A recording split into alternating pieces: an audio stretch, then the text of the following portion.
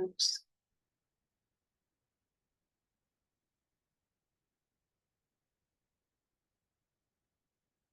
We'll get started. Hare Krishna, welcome to our Gita study session. We are in the third chapter of Bhagavad Gita. So this chapter is titled Karma Yoga. So just to give a context to the previous chapters. So in the first chapter, Arjuna, looking at the relatives on the other side of the battlefield, he was completely overwhelmed with grief and sorrow. He kept aside his bow and arrow and he doesn't want to fight. And in the second chapter, Krishna chastises Arjuna and gives the proper reasons why Arjuna has to fight. In case of Arjuna, Arjuna is a Kshatriya, a warrior, like a soldier. So it becomes his responsibility, his duty to fight. Krishna spoke about various things in the second chapter, but in an essence, in the second chapter, Krishna said, one has to work, but work with buddhi, knowledge, proper consciousness, right? So one has to work like a karma yogi, not just working, but work like a karma yogi. So how to work like a karma yogi? One has to work, any work, anything we do in this world, right? One has to work for the pleasure of the Lord, as a service to the Lord, and offering the result to the Lord, success or failure. That way one would never be disturbed being in this world. Krishna said, you work like a karma yogi.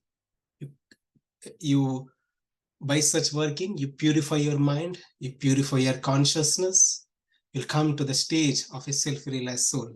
So that was second chapter. So in this third chapter, Arjuna asked a question. Okay, Krishna, you are saying my goal is to attain self-realization.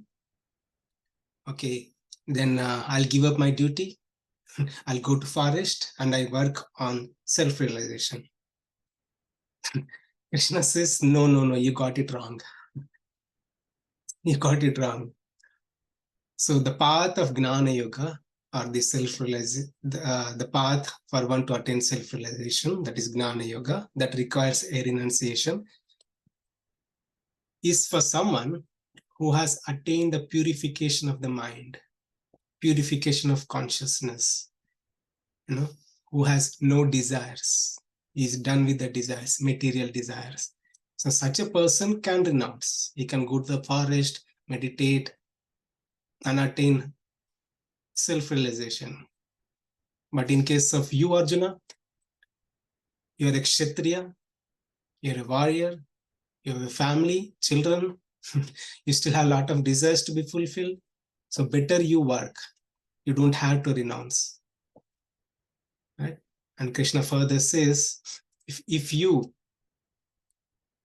renounce the work, right, without proper purification of mind, if you go to the forest and if you think about all the things of enjoyment, how you have enjoyed previously, right? That's what happens, right? If mind is not purified, one is going to the forest and meditating, his desires, the sense of enjoyment he had done before, the hankering still there. That is not gone yet, right? So if one trying to renounce, if one is in the path of renunciation and is dwelling on those sense objects, this thing gives me happiness, this thing gives me happiness, I'm missing it now. Such a person is called a pretender. Pretender. So Krishna is saying, don't be a pretender. Okay, you better work. You better be in the world, live a family life, and work like a karma yogi. By such working itself, you can attain purification of mind, you can attain self-realization. How to work being in this world? Krishna says, Yagnardhat karmanonyatra lokoyam karma bandhanat. One has to work for the pleasure of the Supreme Lord. Any work we do, or eating, or working at office, taking care of children, giving some donations, anything we do, any activity do, any action we do for the pleasure of the Lord, the service to the Lord, right? And be neutral to success or failure. How can we be neutral with success or failure?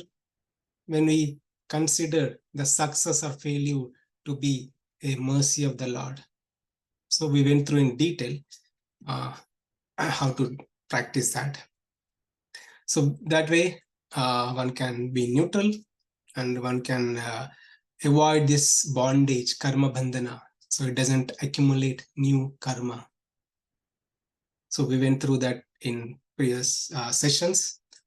So that's 1 to 9, and 10 to 16 Krishna talks about importance of work, why one has to work, right? So he gives a example that he created this entire universe.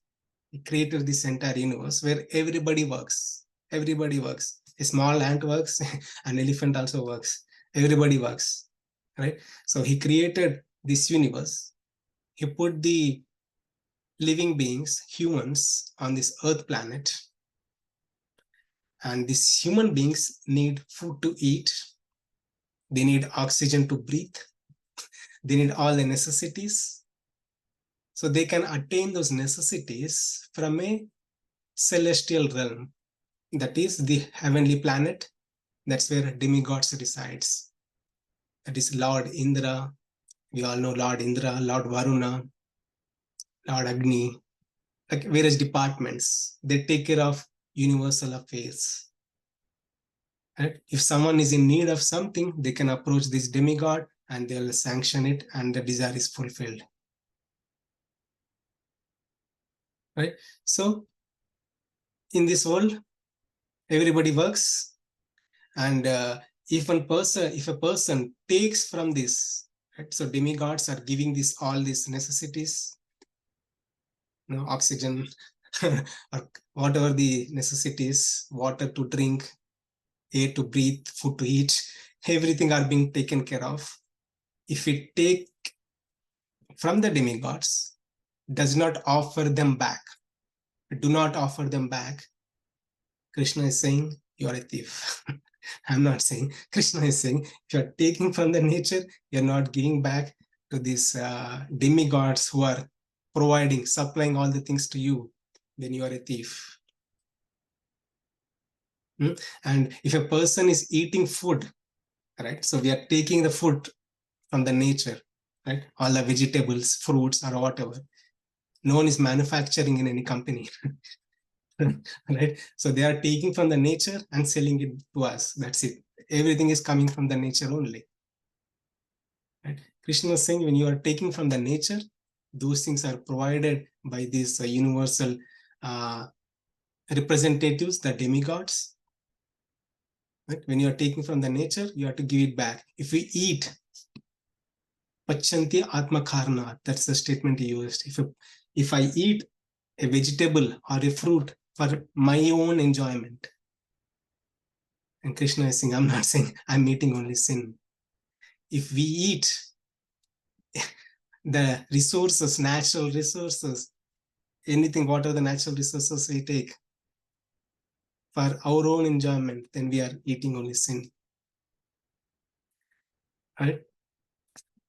So we need to give it back. That's what Krishna, offering sacrifice that is offered to the demigods. So there are 33 crore demigods. That means 330 million demigods who are in charge of these universal affairs. So that means, do I need to please each and every demigod? Right? Offer one fruit to each and every demigod. If I offer, there is I need to be a billionaire. I need to have a lot of money. So is there a simple solution, Krishna? And Krishna is saying, you offer to me. Right? So if you want to nourish the tree, we don't have to go and water the leaves, branches, twigs. Right? We just need to water the root of the tree. When we water the root of the tree, entire tree is nourished. entire tree is nourished. We don't have to water the, all the parts of the tree separately. So Krishna is a supreme source of everything. He's a supreme controller. Right? He's in charge of all these demigods. If the God Lord is pleased, the Supreme Lord is pleased, there is no necessity to please each and every demigod. So that means we need to offer whatever we eat, we have to offer food to the Lord. So we went through in detail about various kinds of sacrifices. Our life is also a sacrifice. Anything we do is sacrifice. If we want good grades, right, we need to study well. We have to sacrifice our personal enjoyment and study well. Only then we could get good grades, right? Same thing. If you want to be in the good books of the God, we need to offer it. You need to do some sacrifice, not take everything for our own enjoyment. So what God wants, in short, what God wants. Krishna says, Patram Pushpam Phalam Tvayam. You don't have to give me entire properties or possessions.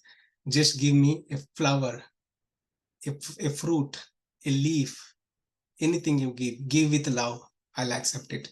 Right? So in later chapters, Krishna spoke about that verse.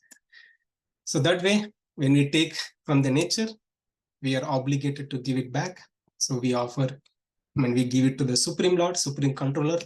When the Supreme Lord is pleased, everyone is pleased. So then we are not bound, we are not eating sin.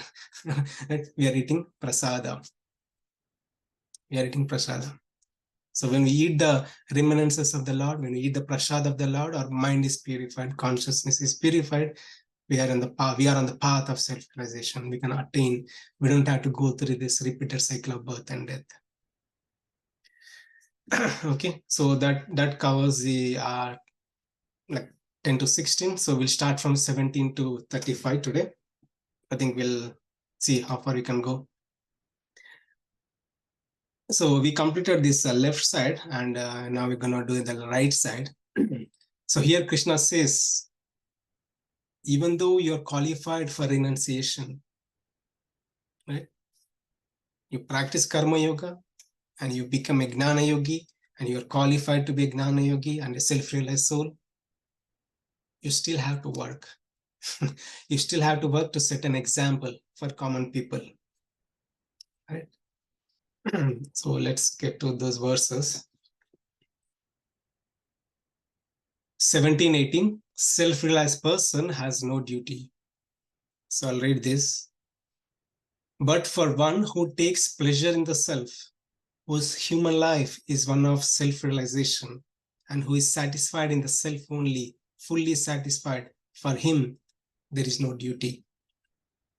A self-realized man has no purpose to fulfill in the discharge of his prescribed duties, nor has he any reason not to perform such work, nor has he any need to depend on any other living being. So in these two verses, Krishna is saying a self-realized person has no duty. So what does that mean, no duty? So if a person becomes self-realized, that means he gets some mystic powers. He do some mantra like boom boom bush, and all the things are taken care of. In movies we see, right? So there is a person, mystic person, if some works to be done, like washing clothes or utensils or whatever, all the family chores, everything. So maybe they'll do some magic, right? And all the things are done. Right? So we are IT employees. Maybe if a person becomes self-realized, like he'll do some magic, everything is done, right? Is that what Krishna is saying? So he gets some divine powers and he doesn't need to work? No, that's not what Krishna is saying. Or maybe if a person becomes self-realized, I mean, it's like a person attained retirement, right? So who doesn't work? If a person who came to the stage of retirement, right? He's retired. So what he'll do, they'll go to vacation, Vegas or Florida, and enjoy their life. So that means a self-realized person has no duty because he already attained this retirement stage, like a retirement stage, and he can enjoy life and he can enjoy material things. Is that what Krishna is saying? No, that's not what Krishna is saying. So let's analyze this, what Krishna is saying here. What does it mean by self-realized person has no duty? So a person who is satisfied in the self only is fully satiated. For him, there is no duty. Right? So we go to the job, I go to the office, I work there because I get a salary, I get a money. I want to satisfy something, a need. Right? That is why I'm doing this duty. But a person who is in the stage of self-realized, right, for him is not obligated to any duty. You know, his happiness is not from an external thing, not from a money, right? He still does it, but his happiness is not from an external thing. It is always self-satisfied. If the object of happiness in terms of money is there or not, that means he works for free. He goes to office, he works for free or what? No, no. He utilizes, I mean, if they give, if the job is there, he's happy. If the job is not there, he's happy. If the money is there, he's happy. If money is not there, he's happy.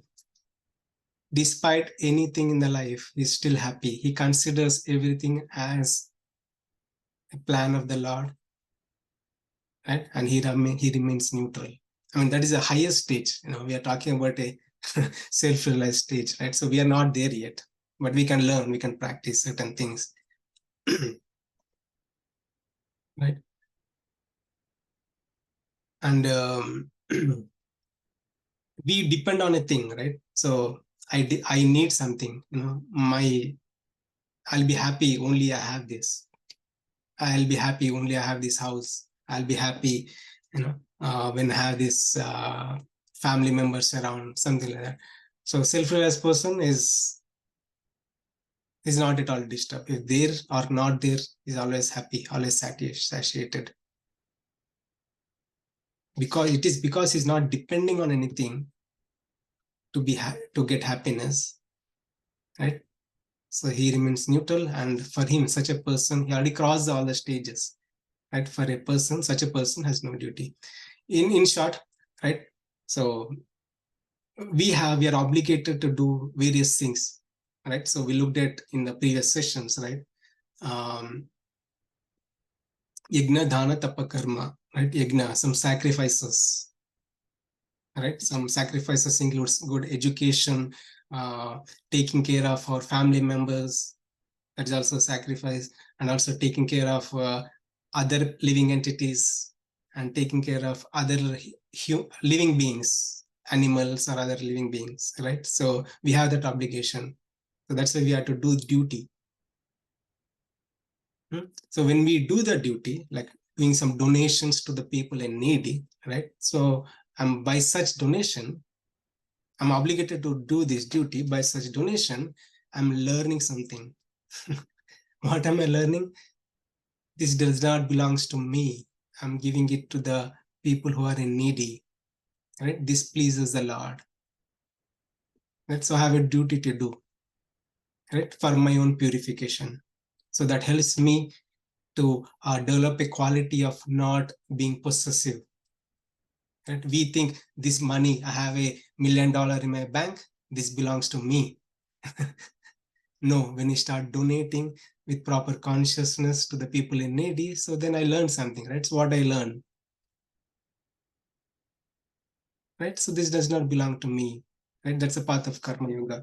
So person who are not in the stage of self-realization, who are not there yet, like us, normal people, we have duties to perform, right? Yagna, doing some sacrifices, dana, like donations, and tapa, we have to do some austerities also, right? So various obligatory duties are given just for us, for our purification of mind, purification of consciousness. But a self-realized soul, they don't have anything like that. They're not obligated to do. The great acharyas, Adi Shankaracharya, Ramanujacharya, various acharyas, they're already self-realized soul. They're already self-realized soul. Okay. They have attained the purification of mind, everything. They are at the highest stage, but still they work.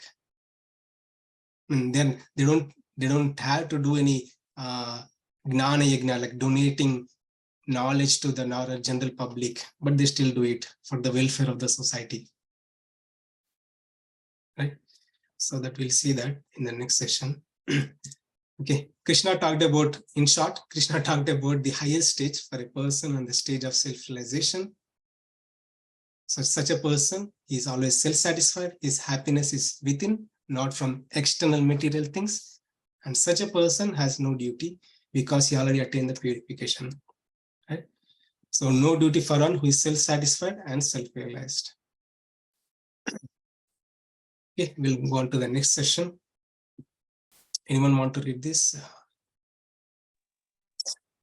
Tasmad asaktah satatam karyam karma samachara asakto hi acharan karma param apnoti purushaha. Translation. Therefore, without being attached to the fruits of activities, one should act as a matter of duty. By working without attachment, one attains the supreme. So Krishna is starting with therefore. So what is therefore means? That means I spoke about a higher stage person. Therefore, you're not that stage, you're not there yet. Okay, you are a householder, you're not there yet. You still have to work on your purification of mind. So for you, this is a solution. What is the solution? One should act any work they do without attached to the fruits of activities. So we'll learn what is attachment. We'll analyze this. What is attachment? What is fruits or results of activities? How one gets attached to the results of activities. So we'll try to analyze this and try to decode this. Right? And when one works like that, right, without attached to the fruits of activities, if a person works like that, he attains the supreme. He attains the supreme. He attains liberation. Krishna is saying again and again many things, right? So because he is trying to persuade Arjuna to do his duty. Arjuna wants to run away from the battlefield. Krishna is saying, you sit and do your duty. Right? So let's see this attachment. What is attachment? So how one gets attached to a thing, right? I know people get attached to many things.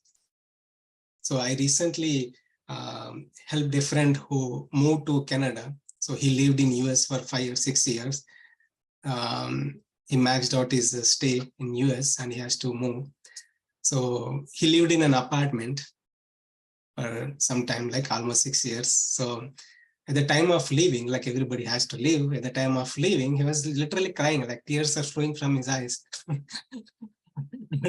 So he was becoming emotional because he was, I asked, like, why is that? He said, no, I stayed in this house. I developed so much attachment. I can't leave this house. So what's happening here? This house doesn't belong to him. He's just renting that house. He's staying there for a temporary time, right? He has to leave that. He knows very well he has to leave that and go to some other place. But he developed a sense of attachment towards the thing. So that is the reason why in the time came to detach, he couldn't tolerate it. He broke out. Right? So that's how people get attached to the things, like thinking this is mine. This is for my enjoyment. Right? So other examples, like if a person wearing a dress, right? Favorite dress. Everybody has their own favorite dress, right? Because we are very much attached to that dress. Right? So everybody appreciates it. Yeah, it's a nice dress. Then we'll become attached to that dress. Right? And we all know, like we all have different levels of attachments. So people get attached to the chair in office. If you go, right? So people say, this is my chair. Well, office is providing the chair. This is not the chair he bought. Office is providing the chair. He was sitting for some time and he developed a sense of attachment towards the chair and saying like, this is my chair, this is my place. If office people, they ask like people, hey, you move from this place to other place, that person says, no, I don't want to move from here. He developed a sense of attachment to the chair and to the place.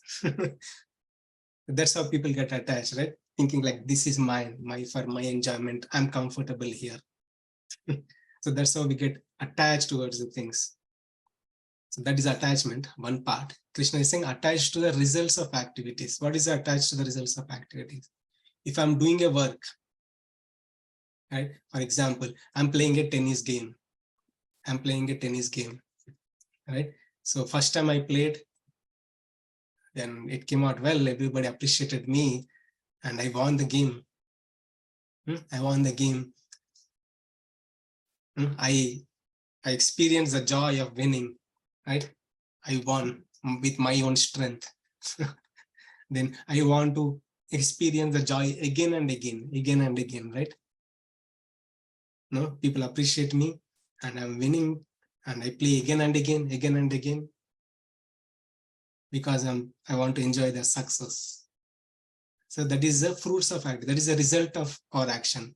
So tennis is an action. By such playing, what is the result? Success or failure, right? I win the game or I lose the game. If I become attached to winning, that means like, I'm having a problem. If I'm attached to winning, I'm having, what is the problem? I could lose. It's not like I win all the time.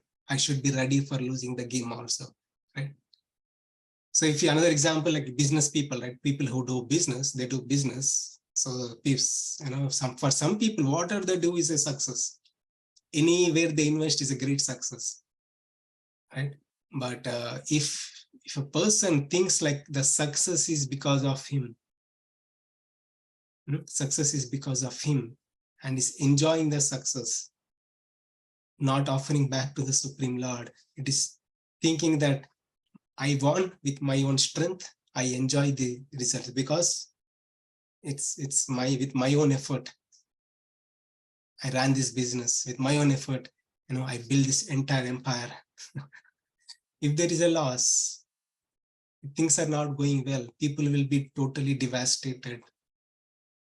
Some people commit suicide also. They cannot tolerate the failures because they enjoyed success so much for themselves. In case of failure, they couldn't tolerate. Right? They commit suicide and they'll do all kind of cheating and go adharmic way to win or to attain the same success. Right? So that is what attachment to the results of activities. The business is an activity. The success in the business, that is a result of activity. So other thing, like if a person is cooking, simple example, if a person is cooking and everybody appreciate the person, hey, you are a great chef in the world, and that person thinks, yes, I'm the great person in the world, and he invites everybody, that person invites everybody and feeds people, and he wants to experience the joy of winning, like cooking and getting the appreciations from other people. But in case of failure, you should be able to ready to tolerate that. That's what Krishna is saying. If we can tolerate the failures, right? How can we do that?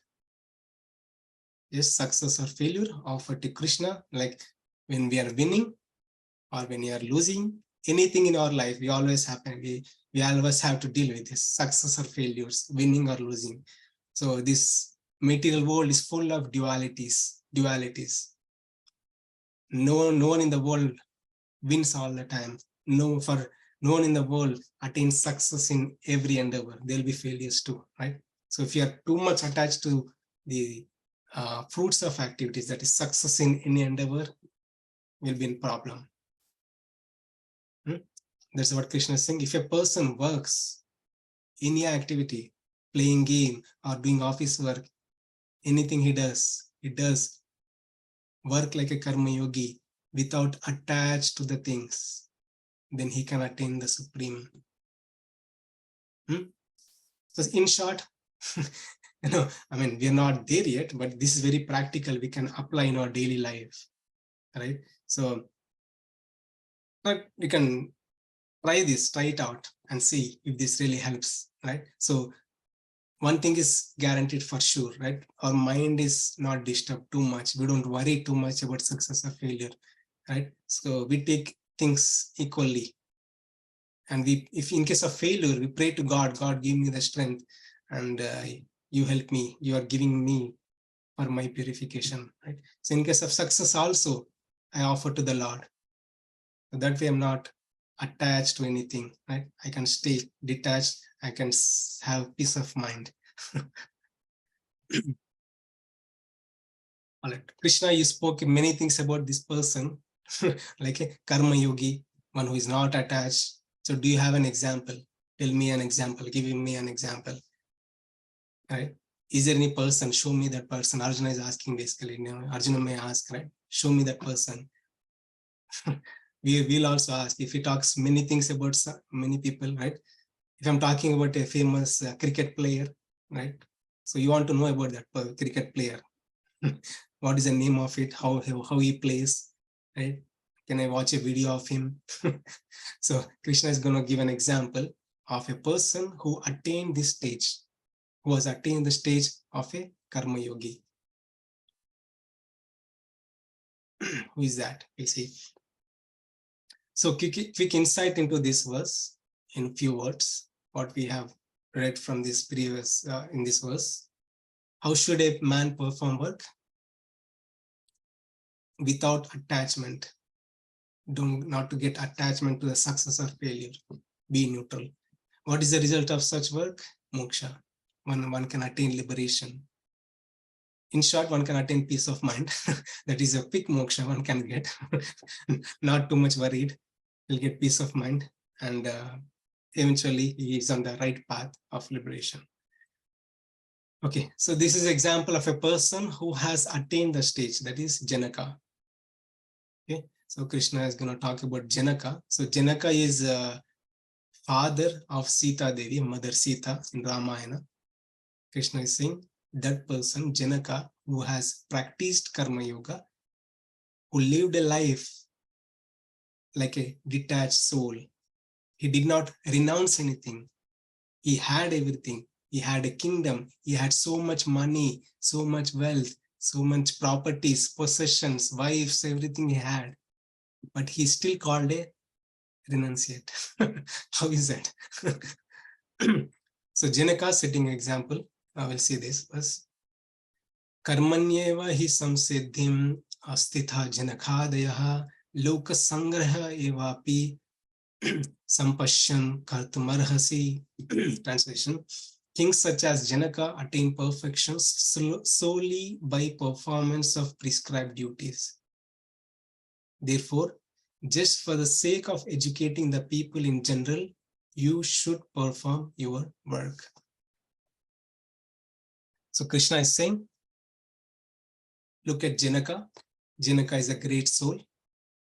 He had everything. He lived a life of a perfectionist, right?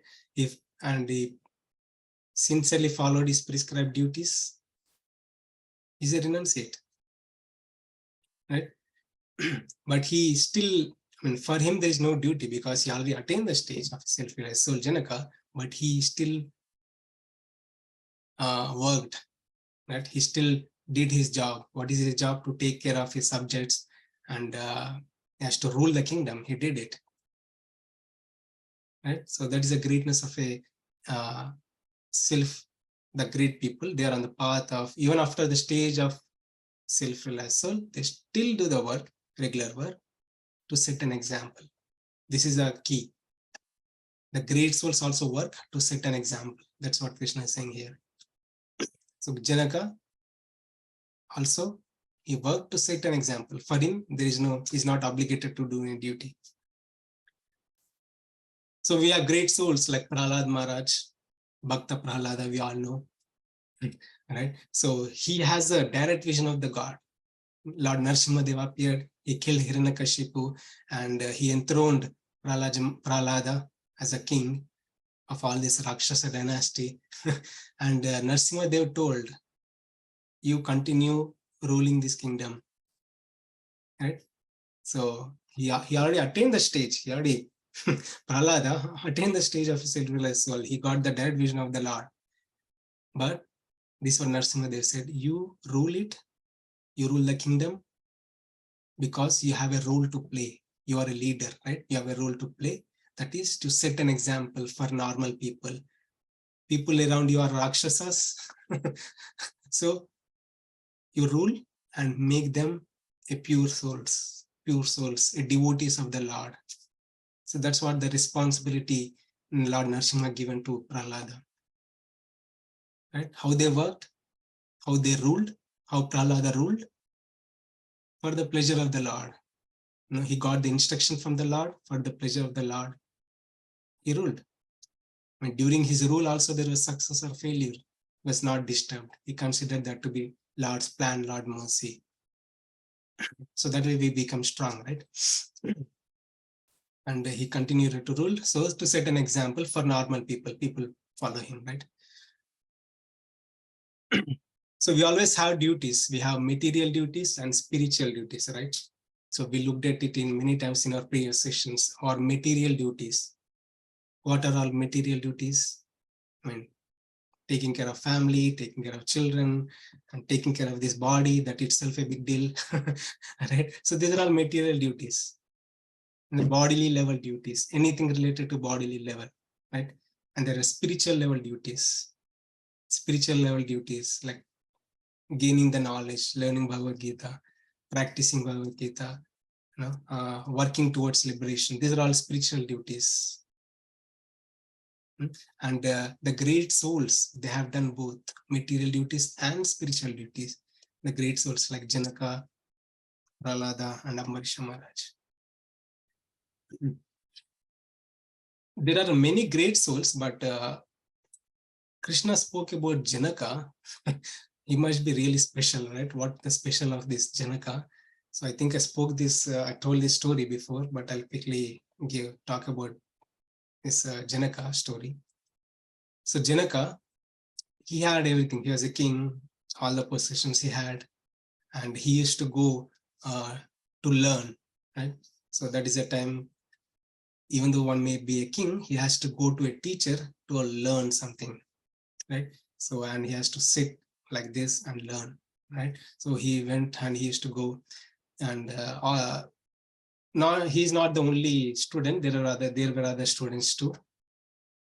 There are other students, right? And one day, like all the students were thinking, why is that our teacher starts the class late? Class starts at 6:30. This person starts at 7 o'clock. Why is that so? Because he waits for Janaka to come. Because Janaka is a great soul. Right? So this Janaka problem is he's always a late comer. He comes late and he joins the class. And all the students were thinking, maybe he's getting some special things from, he's a king, he's giving some money or giving something extra donations to this person. That's why this Yagnavalkya Rishi is giving some favor, doing some favor to him, and he wants Janaka to come, only then he starts the class. So this Rishi, Yagnavalkya Rishi, he understood what is going on in the minds of his students. So one day what he did, he created a big mystic fire, right? Entire kingdom was in fire. Entire kingdom was in fire. So everybody, all the students, they heard that this kingdom is in fire. Everybody's running. Everybody, all the students, they went out, right? And everybody has their own possessions. They want to save it, in short, right? That's the reason they ran, right? And After some time, they realized it's just an illusion. Someone created this illusion, and they came back. And they came back to the class, right? So then the teacher said, Yagnavalkar Rishi said, what happened? Why did you go out? All the students said, we ran out because there was a big fire. Okay, the fire is okay. I mean, what do you want to do? And everybody said, I want to save something. Everybody has their own things to save. Then the Rishi asked, what do you want to save? One person. He said, I have a water bottle. I mean, he's a sannyasi, doesn't own anything. He still has a water bottle. I want to save that. He doesn't have anything, but he's very much attached to the water bottle. He wants to save that. Right? Other person said, I have only one pair of dress. One pair I wear and one pair in the home I wash. I don't want that other pair to get burnt. So I went to save that. So likewise, everybody said all these different reasons, gave different reasons why they ran to save their stuff, right? So then Yagnavalkar asked Janaka, you are a great king. You own the entire kingdom. You have so much wealth, but you are attentively hearing. You don't want to save anything. That's what Janaka said, like, this is what I learned from you. Everything belongs to the Supreme Lord. Nothing belongs to me. If something has to happen, it will happen according to the plan of the Lord. He was totally unattached, detached, and remained peaceful. So that is a stage of a Janaka Maharaj. So that is the reason, like, they are great souls, and Krishna gave an example of this great soul. So we'll move on. So 21, common men follow a great person. This is what Krishna says in this sloka. Yad yad achariti shreshtas tadhyad eva taro janaha sayat pramanam kurte lokastad anuvartate. Translation: whatever action a great man performs, common men follow. And whatever standards he sets by exemplary acts, all the world pursues. Krishna in previous verses trying to persuade Arjuna, right? And now here in this verse is giving a leadership advice, because Arjuna is a leader, right? He's a leader, he's a kshatriya, he's a ruler, he's a king. What Arjuna wants to do, run away. He doesn't want to do his duty. And what Krishna is trying to say, you do your duty. You don't need to artificially renounce. You do your duty. You can still be called as a renunciate when you work with proper consciousness, when you live in this world with proper consciousness, right? And the advice Krishna is giving is very important verse in Bhagavad Gita, right? So many scholars quote this verse, right? Yad yad acharati shrestha.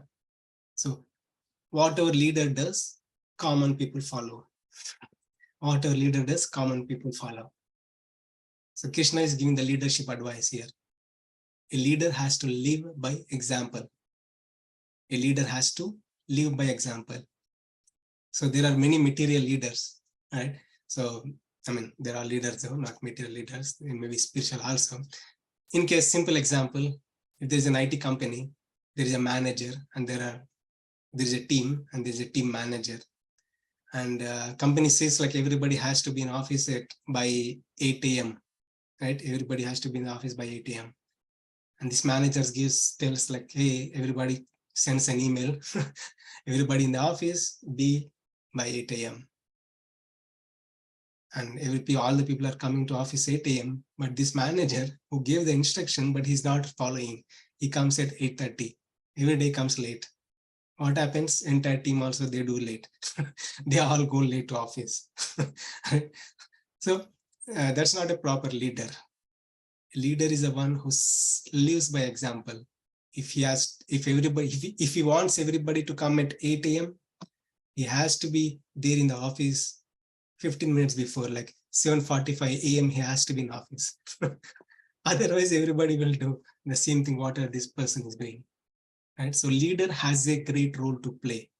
This is very, very important verse. Leader has a great role to play. Leader has to live by setting an example. Right? Other thing, like we are all leaders, right? Everybody is a leader. Right? One may be a leader in the office or the workplace. One may be a leader in the college, or maybe in the education, or various things. In a team player, if you are playing a cricket team, one could be a leader captain in the cricket team. Right? So this role is always there. The role of a leader, right? So parents also great leaders. So we are leading our children. We have this responsibility to live by example. Right? If I follow dharma, if I follow the instructions of the Lord, my children will automatically follow. So I need to set an example to my children. If I do not follow, if I go in adharmic route, if I do all kinds of illicit things, adharmic things, my children also will do the same thing. So we have a great responsibility. We are also a leader. A parent is also a leader in the family. He has a responsibility to play. That is to set an example to the children, to set a right example to the children. Right? If the parent, right, gains spiritual education, working towards liberation, right, for strictly following the instructions of Bhagavad Gita, children naturally follow. We don't need to worry about, we see many people, they want their children to be great souls, but they don't want to be a great soul. Right? So in ISKCON, we have a temple here, like parents, they put the children into the school, and it's like 5:45 school starts, right? So like Sunday. So they put them into that classes and they go out. So we have a special arrangement for the parents too, to attend the some spiritual disclosures, but they're not much interested. Right? So what happens? The children also are not much interested. The foundation is weak. The foundation is weak. Of course, like they'll come 1 day, 2 day, three sessions, 4 classes, 5 classes, and done. They don't continue because parents themselves are not interested in any of these spiritual things, right? So that's what happens. So we are leaders. We have a role to play, and we have a responsibility, and we have to live by example, by strictly following the instructions of the Supreme Lord. Normal people, who our children or our team, they follow by our example, our exemplary act. Right? So the thing, spiritual leaders, these are all material things, so that's good, right? And spiritual leaders like Acharya, Adi Shankaracharya, Ramanujacharya, Srila Prabhupada, they lived a great life. They lived a life, with their life in the Ramanujacharya, right? The great Acharya of Sri Vaishnava Sampradaya.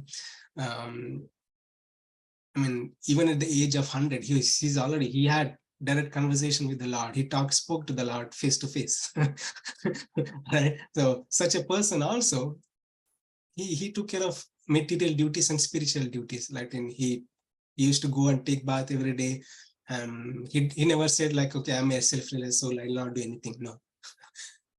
He strictly performed his material duties, right? And also spiritual duties, also giving the education, sharing the knowledge. And he set an example. He led his life, exemplary life. Right? So everybody talks about these great acharyas, right? Everybody talks about the way how they live their life, because they are the great spiritual leaders. They set an example for others to follow. Okay, so that's about a leader. So we are also leaders, so we also have a role to play, and we also have to set an example for ordinary people. So this is a message spoken to Arjuna. So as I said in the beginning, this is a message spoken to Arjuna because Krishna wants Arjuna to do his duty. So follow the path of Karma Yoga. Do not run away. Arjuna also has a role to play. If he sincerely follows as a leader, right? Entire his subjects will also follow. That was the leadership advice given by Krishna to Arjuna. So quick insights: leader must lead an exemplary life. For what? To set an example for ordinary people. Right? Why? For the pleasure of the Lord. So life lesson: we are all leaders to someone.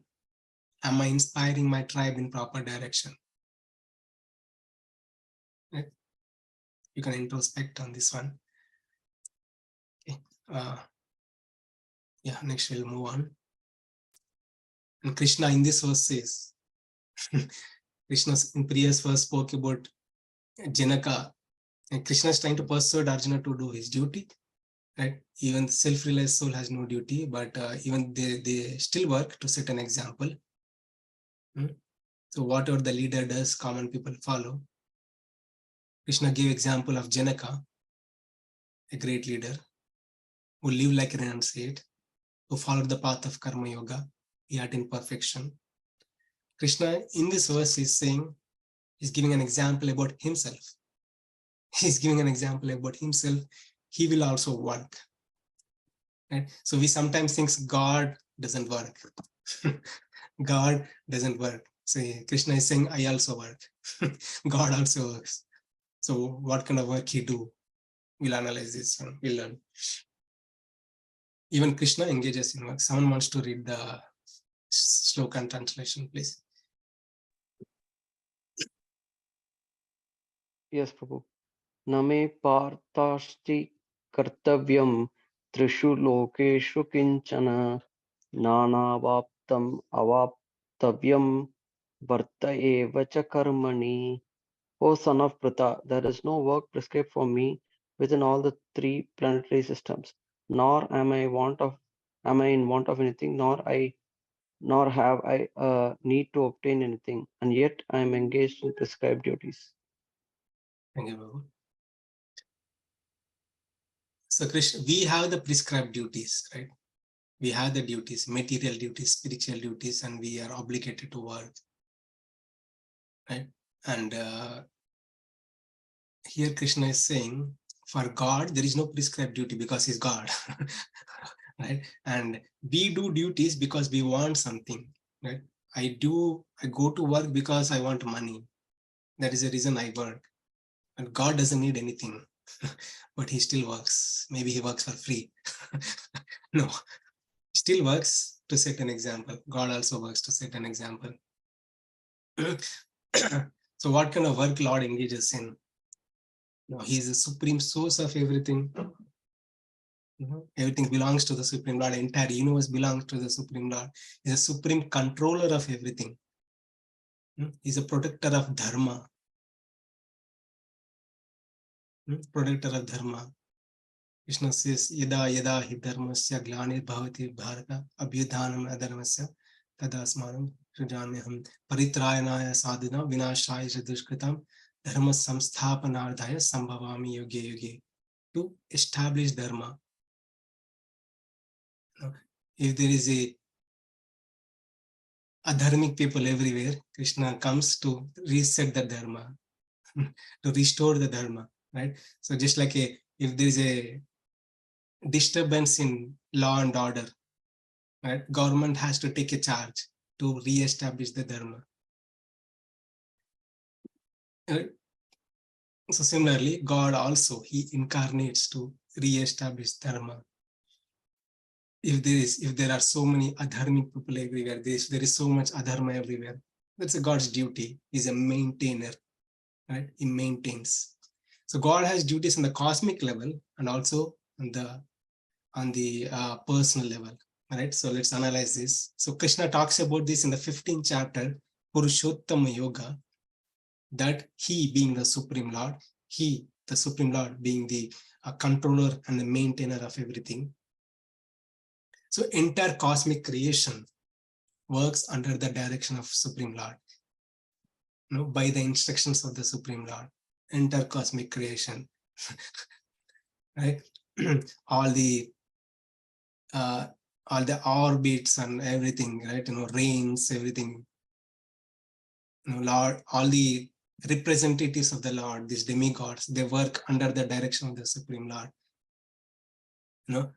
If God, if God, I mean, they work in the fear of the Lord. They make sure that is what I want to say that comes in the next verse though. The thing is, in the cosmic level, God makes sure all this cosmic creation is nicely being maintained, right? The sunrise, sunset, all the oxygen supply, everything has been nicely maintained. In the cosmic level, God maintained us. That is a work of the Supreme Lord. That's how he maintains us, right? In the personal level, Krishna talks about this. In the personal level, right? In the personal level, he becomes the fire of digestion. He's the one who is digesting the food. Achamanam Chaturvidam. Krishna says, what are the types of food you eat? I'm the one who is digesting it. I mean, he's not physically present and doing some magic there to digest, but his energies, by his energy, he's digesting the food. Krishna says, Matta Smritir Gnanam Apohanam Cham. From me comes knowledge, remembrance, and forgetfulness. This is in 15th chapter, Krishna says, right? Knowledge, if we were able to remember something, remember about this lifetime, or remember about previous lifetime, right? Knowledge, gnana, also coming from Supreme, right? And also forgetfulness. Sometimes we forget something. It is also because of the Supreme Lord.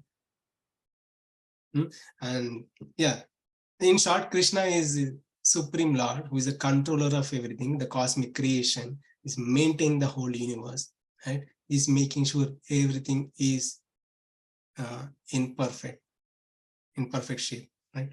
He's maintaining the law and order. The thing is, are we grateful to the Lord? How much God is giving to us? We need to acknowledge the Supreme Lord. We think like, is there a controller? We doubt the Lord. We doubt the Supreme Lord. We don't care about the Supreme Lord, but Lord is doing so much to us. So, in short, in this verse, Krishna is saying, Arjuna, I also have a duty to do. I also engage in work. I'm the maintainer of this universe. I take care of this universe. I take care of you also. Whatever you eat, I'm digesting in the cosmic level and personal level also. I'm taking care. I'm providing all the necessities to you. Like a responsible father, I'm taking care of you. Right? I also have a duty. Right? I'm not obligated to do any such duties, but I still do this duty. Right? So what is the message Krishna is trying to give to Arjuna? You also do your duty. So life lesson, God is perfect and complete. We are incomplete. Hence, no duties for the God, but we have prescribed duties.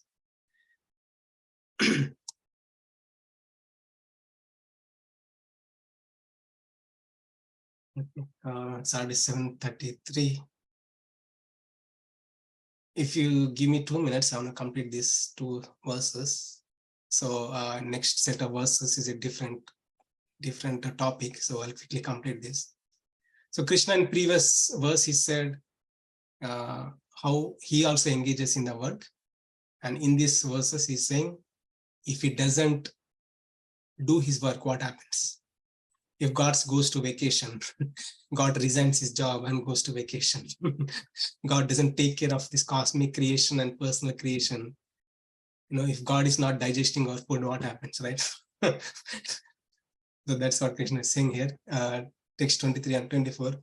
For if I ever fail to engage in carefully performing prescribed duties, O Partha, certainly all men would follow my path. Text 24. If I did not perform prescribed duties, all these worlds will be put into ruination.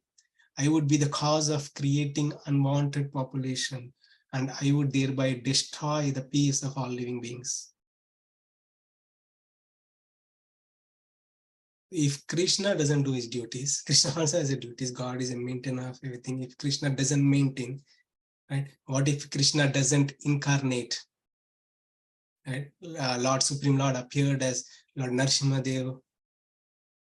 Why? There was a demon who was creating so much disturbance in the world. Lord appeared and he killed that demon and he restored the dharma and he established the right path. It's a duty of the Lord because since Lord is a maintainer, supreme controller, supreme maintainer. If God doesn't do any such duties, there'll be a problem, right? If God doesn't incarnate and doesn't take care of these universal affairs, right? So there'll be adharmic people. People will be in wrong direction. People will be in wrong direction. There'll be demons everywhere. There'll be demons. There'll be a problem. They'll create problem. Everybody creates problem to themselves and also to the entire universe. Right? And also God has given, when he came as Lord Krishna, he has given this Bhagavad Gita for us to gain knowledge and live a happy and peaceful life. Right? So what if God doesn't give this knowledge? What if he doesn't give this Vedas, right? We don't even know how to live our life. Right? So by such, we don't know what is dharma, we don't know what is adharma, and what is the right way to work. Now, what is the purpose of this life? Who can tell? Only God can tell. Only God can tell. So that's the reason he's saying, I also do my duty. I come, I take care of you all. I give you the right knowledge. I want you all back to the spiritual world. You don't belong to this material world. You all belong to the spiritual world. I want all of you back to the spiritual world. That is the message of Krishna. Okay, so we'll stop here.